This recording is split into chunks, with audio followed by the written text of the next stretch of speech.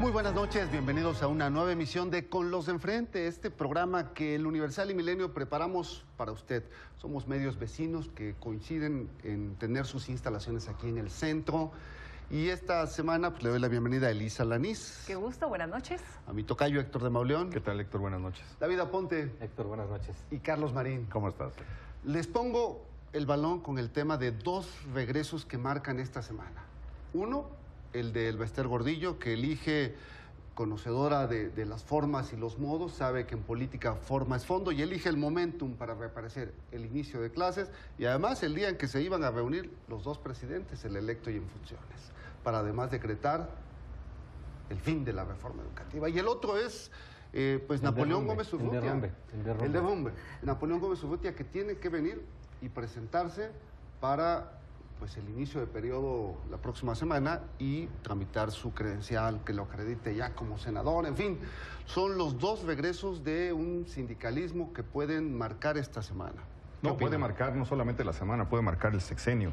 Yo creo que lo que estamos viendo es la vuelta del viejo sindicalismo, el rescate, el hecho de desempolvar un instrumento de control y de sujeción de que fue perfeccionado por los gobiernos priistas desde épocas de Calles y de Lázaro Cárdenas y que se usó, bueno, y que representó todo lo que la democracia mexicana quiso desterrar, la opacidad, los liderazgos perpetuos, la sujeción absoluta y abyecta al mandatario en turno, etcétera, y que hoy puede ser una herramienta para mover dos ideas que ha planteado López Obrador a lo largo de su campaña y de su poscampaña, que es pues el derrumbe de la reforma educativa con un personaje que envió a sus familiares a apoyar la campaña de López Obrador, que movió parte del magisterio sobre el que todavía tiene control para que votara por él y que al reaparecer públicamente anuncia el derrumbe de la reforma educativa, y por otro lado la vuelta de Gómez Urrutia en un momento en el que López Obrador ha anunciado una política contra las mineras a las que considera pues que contaminan, que saquean los recursos, que expolian sin control. Entonces yo creo que representa la vuelta de dos brazos, que en el fondo es uno, el sindicalismo, en el que se va a apoyar Andrés Manuel López Obrador para poder llevar adelante lo que él tiene pensado. ¿Coinciden con esa visión? Yo me pregunto, ¿quieres no, adelante, David. La pregunta es si regresa a la maestra con poder, primero para ese primer personaje, después vemos el otro. La respuesta creo que es que sí, porque vemos la parafernalia que se armó para su retorno, muy bien estudiada, muy bien cuidada. Un gran discurso, ¿no? Un mensaje, teleprompter, el escenario, transparentes de espejo. Ella histriónica. Sí. Tomando el escenario, enviando mensajes a supuestos traidores, a supuesta gente que gastó mucho dinero para promocionar la reforma educativa. En fin, son varios los mensajes que ella envía y creo que poder tiene, va a buscar el liderazgo en el sindicato nuevamente y va a buscar, me parece, que venganza contra aquellos que la ofendieron, la humillaron. Habló también de ser un chivo expiatorio, a quien le envió ese mensaje. Yo creo que ahí hay varios personajes, entre ellos Enrique Peña Nieto, Luis Videgaray, Juan Díaz y Juan Díaz. ¿Y el otro? Yo decía que a medias estaba ahí de acuerdo con Héctor. Para variar, no, porque para empezar dije, qué optimista Héctor al decir que es el regreso del viejo sindicalismo. Pues a qué hora se fueron, ¿no? Digamos. No estaba la maestra. Uno estaba preso, ¿no? Y otro prófugo, otro exiliado, digo. Y Romero de Champs, digamos, o sea, sí, claro. Cuando digo qué optimistas, porque pues ahí está, ¿no? No, pero perdón la acotación, Elisa, es que te estoy apoyando en que buen punto, pero ya no, pero se te están escapando los que se supone serían el nuevo sindicalismo, sí. Los sindicatos independientes, que tienen también y que van a estar ahí, que ya a estas alturas parecen bisabuelos de Matusalén. Tiene toda la razón, Elisa. Son liderazgos sí. Que los más jóvenes rebasan los 60 años, que se acercan a los 30 años de estarse reeligiendo continuamente hasta alcanzar el caso emblemático de sí. Fidel, es decir, no se ha ido. Así es. Y por otro lado, creo que vienen contextos muy complicados para el próximo gobierno. El tema de las mineras va a ser uno de ellos. Y si bien tenemos el regreso de este personaje muy cuestionado que tuvo que estar fuera por tantos años allá en Canadá, en donde construyó liderazgo también a nivel internacional. Jeremy Corbyn también creo que ahí estuvo muy en contacto con la gente de Andrés Manuel para ese primer acercamiento con Gómez Urrutia.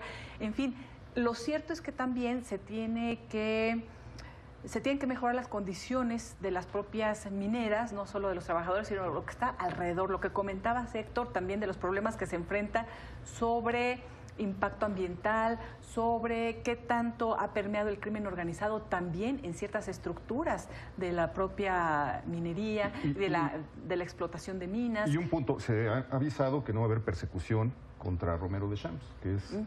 va a cumplir 30 años el año entrante, me parece, ya al frente del sindicato. Desde el 89, escándalos cada año de los yates, de los viajes de los hijos, de los lujos, de los autos, etcétera. Y por ahí salió una declaración de que no hay persecución contra él. Entonces, yo con esto que acaba de decir Héctor le pondría algunos asteriscos. No es lo mismo Chana que Juana. Y que yo sepa, no hay un señalamiento de orden, digamos, penal. En este caso sobre Romero Deschamps. Que su hija viaje en un avión particular, pues no hay delitos familiares. Que tenga un reloj caro, bueno, pues es líder de un sindicato. Bueno, lo que digo es que no sabría, en el caso de Carlos Romero, o del líder que sea, probar que sea un saqueo o algo por el estilo. Carlos, con el sueldo de un petrolero no puedes comprar esas mansiones, ni esos yates, ni esos El problema relojes. es ese, Carlos. Lo de la mansión ya quedó desmentido. Le sacó Reforma la fotografía a una casa que no es de él y quedó aclarado en el propio Reforma. Sí, bueno, lo que pasa, pero perdón, es que hay algo que a mí me inquieta desde hace mucho. Basta el señalamiento para ser, digamos, ya hallado culpable. Yo desconozco. Si Romero Deschamps la debe, que la pague. Lo que digo es que no hay una acusación penal sobre la profesora.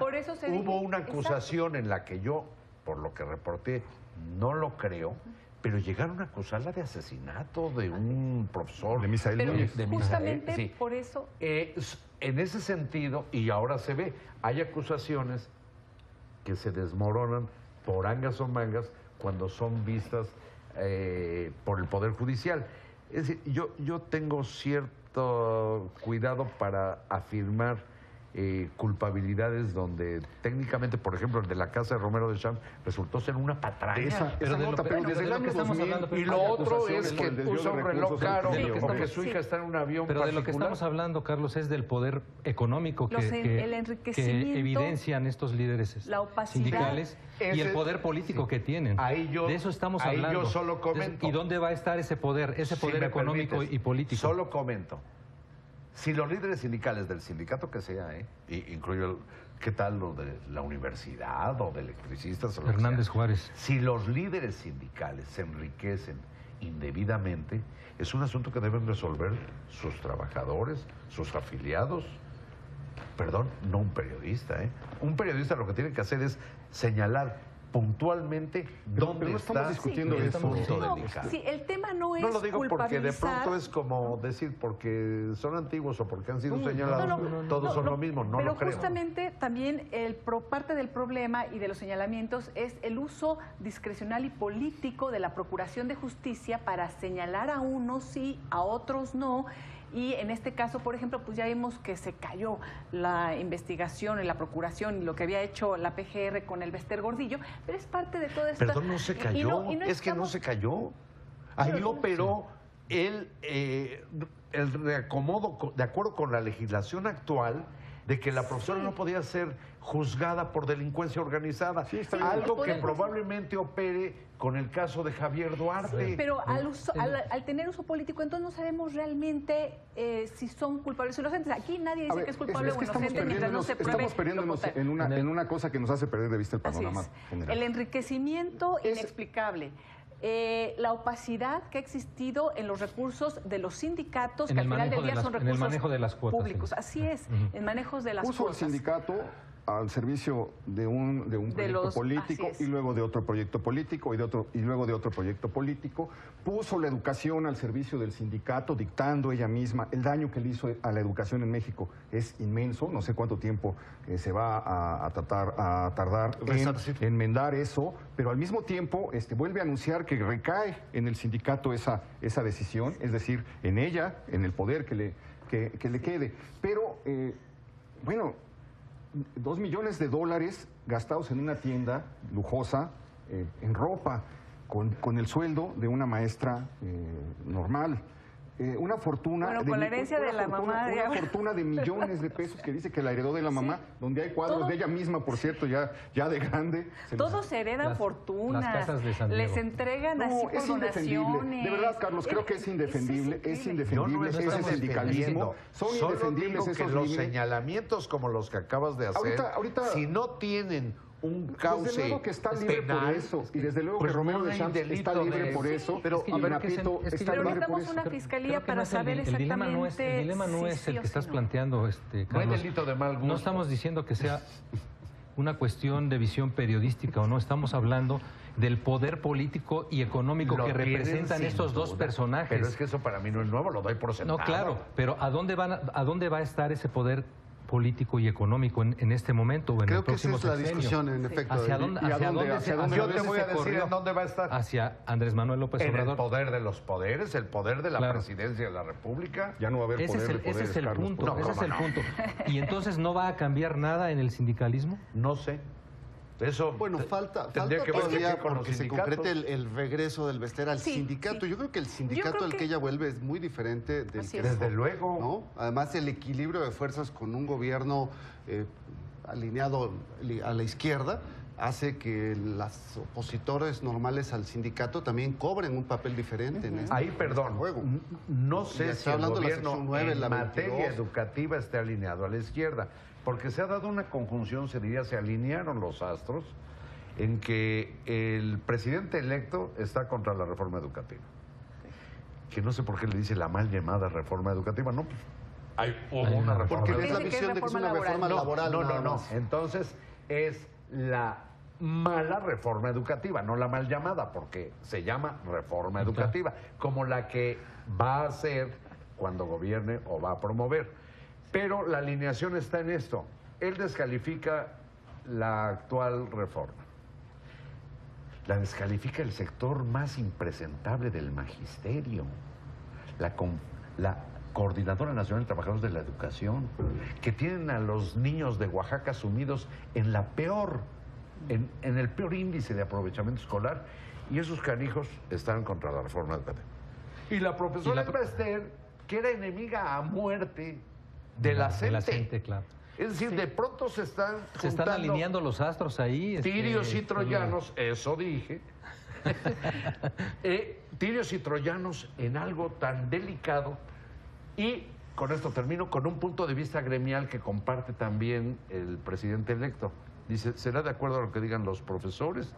Y dice, ¿y los padres de familia? No, por encima de los derechos laborales y de los padres de familia está lo que constitucional y universalmente son los derechos superiores de la infancia, de los niños, que tienen más derechos que cualquiera de nosotros, incluidas las personas con... Estamos de acuerdo en que viene una discusión alrededor de la reforma educativa y de todo esto. Que es una reforma educativa insuficiente porque justamente no se ha arreglado ni siquiera, deja tú la condición de tener mejor educación, no tienen siquiera las condiciones para que puedan estar en un lugar físicamente apto para tomar clases en una pobreza extrema lacerante también.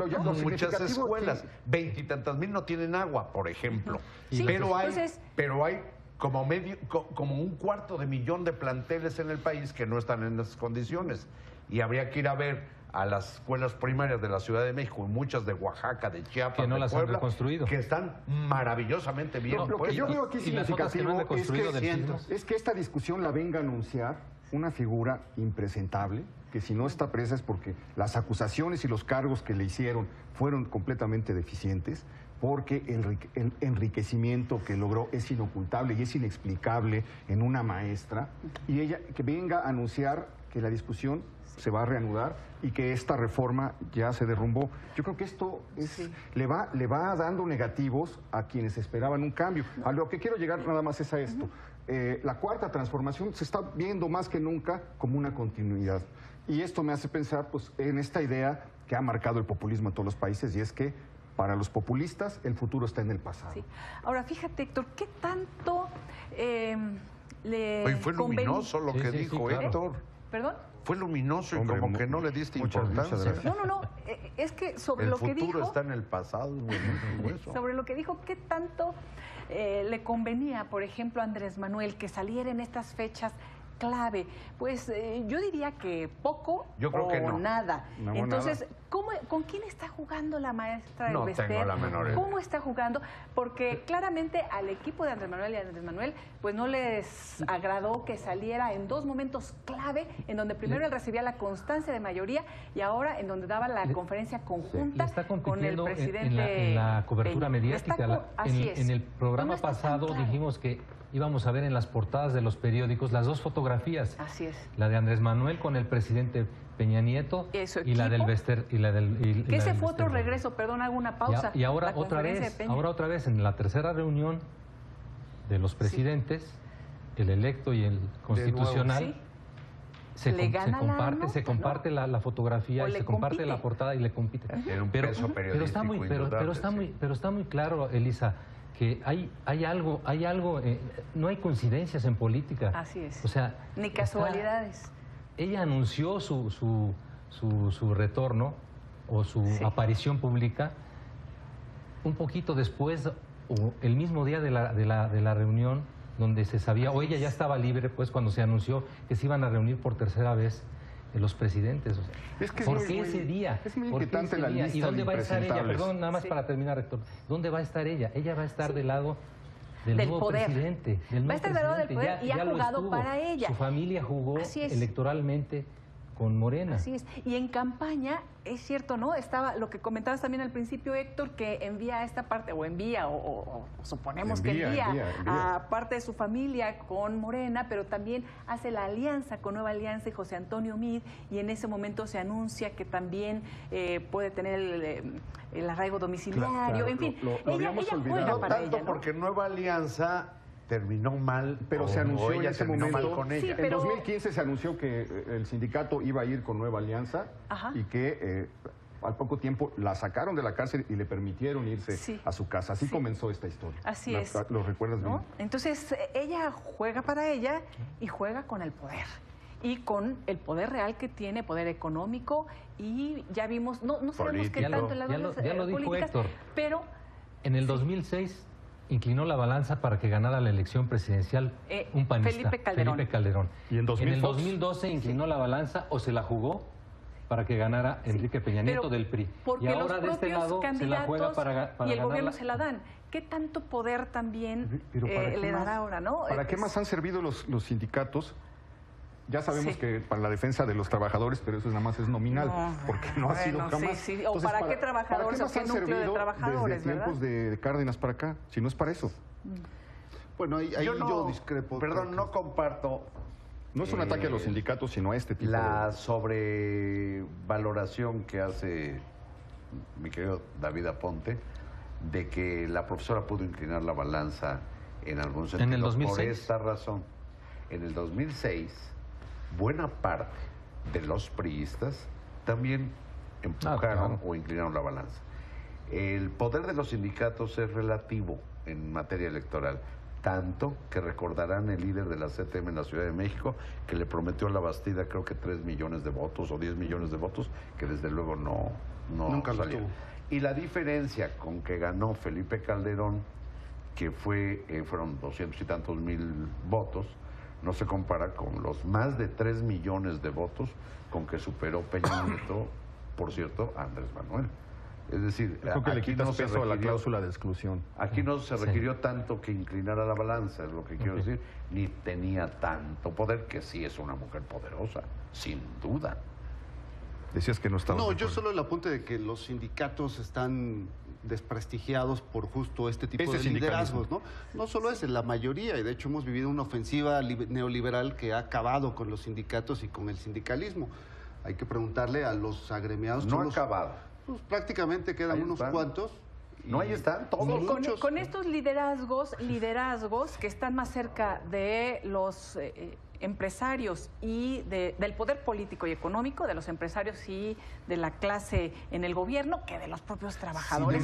Sin embargo, creo que hay cientos de miles, si no es que millones de trabajadores que preferirían estar en ese tipo de sindicatos con las condiciones que tienen esos trabajadores, que estar en la informalidad o subcontratados, con cuál es la tónica de esta Bueno, precisamente ¿no? por eso son fuertes esos líderes, porque tienen sindicatos, no se diga el de petroleros que hablamos de Romero de Champs, o el de los electricistas, o el de los magisterio, telefonistas. y de los telefonistas que han logrado conquistas que los hacían decir, uy, hace 20, 30 años, que eran los sindicatos aristócratas del sindicalismo mexicano, por las prestaciones que han conseguido con esos líderes o similares y con ellos. ¿A cambio de qué? A cambio de movilizar a la gente cuando el poder lo necesita, etcétera. Bueno, pues estas cosas que criticamos durante décadas, que vimos con pavor durante todos los años del PRI y durante los 12 años del PAN, todo esto que parecía que se iba a mover, que se iba a transformar,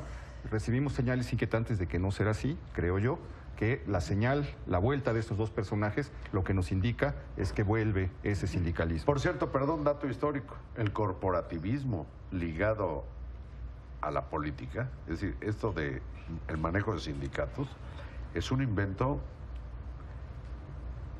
de Benito Mussolini. Sí, claro, lo tomaron de los grupos fascistas italianos. fachos italianos. Y es el modelo que aquí se siguió desde la creación del antiguo PNR y luego el otro partido, y luego el PRI, etcétera. Pero lo adoptaron, no el PAN, por cierto, pero sí en general los demás partidos.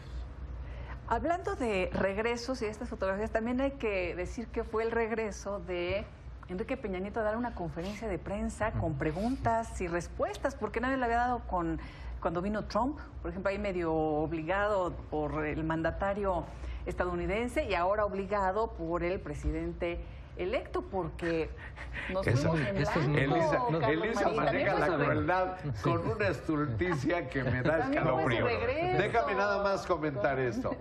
Cuando los 49 de San Francisco fuimos 50, aprendí lo que es rudeza innecesaria. Es decir, ya parece que obligado a qué. Pues es evidente que quien pone la nota todos los días es el presidente electo. Sí, el otro, Peña Nieto, pues ha estado haciendo lo que ha estado haciendo y ya lo dijimos acá, es responsabilidad de los medios si resaltamos o no lo que hace Peña. Perdón, Carlos, pero en que dice que... ¿quién obligó al presidente Peña a salir a esa conferencia de prensa y a mostrar los dos gabinetes? Imágenes que, por cierto, no se habían visto en México. ¿Cómo lo va? Es un acuerdo. Por eso. ¿Y cuál es el motivo? ¿De veras que le ordenaron? No, desde luego que no. Entonces, pero ¿cuál es la necesidad? ¿Y cuál es el acuerdo? ¿Cuál es el beneficio? ¿Cuál es el beneficio para el presidente Peña Nieto? Yo creo que el beneficio es que quede claro para todo el mundo, como es para Andrés Manuel López Obrador, que hay póker abierto en esta etapa de transición. Yo creo que es muy saludable. Inclusive me he ido... Bueno, que eso es de resaltar, la manera en la que han logrado ambos gobiernos. Yo pienso que fue una reunión de lujo, hacer una insólita, mal llamada, inédita por algunos, incluidos los protagonistas. Dice, tuvimos una reunión inédita. Sí, no, inédito es lo que no está editado, es insólita. Y se podría decir histórica, en el sentido de que jamás había ocurrido algo por el estilo. Pero qué saludable. Ahora, también lo que sí es cierto, Carlos, es que ver a esos dos gabinetes, el entrante y el saliente, habla también del gran contraste entre cómo están integrados ambos, en historias, en visiones de país, en visiones de género, en antecedentes, o sea, realmente... Bueno, sí tanto que ahí uno a otro le dice López Obrador a Peña, y vamos a quitar la reforma educativa, a cancelarla. Pues sí, ahí fue el golpe mediático y político que dio López Obrador. Pero qué abierto. Bueno, para que no nos llamemos a la última ronda, ¿no? Sí. Así que, pues, ¿con quién comenzamos? Nada les gusta, la última ronda. Pues para el otro personaje que teníamos pendiente, que salió, Napoleón Gómez Urrutia, lo que vamos a esperar en los próximos días es ya su regreso. lo vamos a ver sacándose la fotografía, recibiendo su PIN y su credencial de senador y asumir el liderazgo que mantuvo 2 sexenios desde Canadá. Creo que eso es lo que vamos a ver El ahora. liderazgo Y también en su sindicato, que es el mayor, porque hay otro. Y seguramente no lo veremos subir a tribuna ni presentar iniciativas. ¿eh? ¿Quién sabe? ¿Quién sabe? ¿Cómo lo sabe? Pago por ver. Hablaste con Pago Walter por ver, Mercado. Carlos. ¿Cómo pueden saber el futuro? Eso me yo acalambra. No Sí, podemos sí, saber sí. el futuro. Lo que sí podemos más o menos ver entre líneas es que aquí hay un mensaje a Germán Larrea, que hay un mensaje a Balleres, que hay un mensaje a Slim, a Carlos Slim, que son los 3 grupos mineros importantes y algo les están diciendo ahí. Elisa. Voy yo antes que Carlos. Vale, va a cerrar Carlos así. Bueno. Dale con el látigo.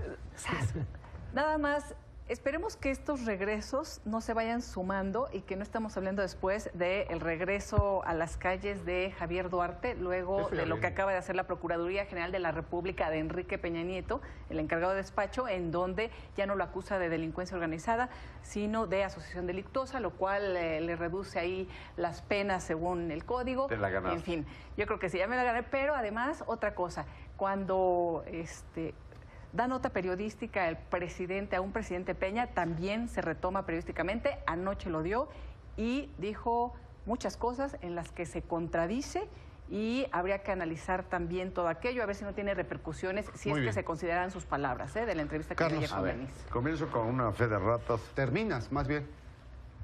Bueno, para terminar, empiezo por decir, no, la Procuraduría no tiene nada que ver con lo que ocurrió con Duarte. Es el Poder Judicial el que dice, no hay manera de juzgarla por delincuencia. Es Poder Judicial, no es la Procuraduría. ¿Pero quién lanzó el No, cargo? la clasificación. El El cargo fue de la Procuraduría. Procuraduría. Y el Poder Judicial dice, no, en el nuevo sistema Nos ya vamos, no funciona Carlos. eso. Y si nos vamos, pues ya nos fuimos. Yo les digo, muchas gracias por dejarme Bueno. hablar. Y Pues muchas buenas gracias noches, a todos. Y como dirían en el Y fútbol hasta la americano en los próxima. 49. Elisa, Héctor, David, Gracias, Carlos. gracias. Buenas noches. Y gracias a usted. Nos vemos la próxima semana.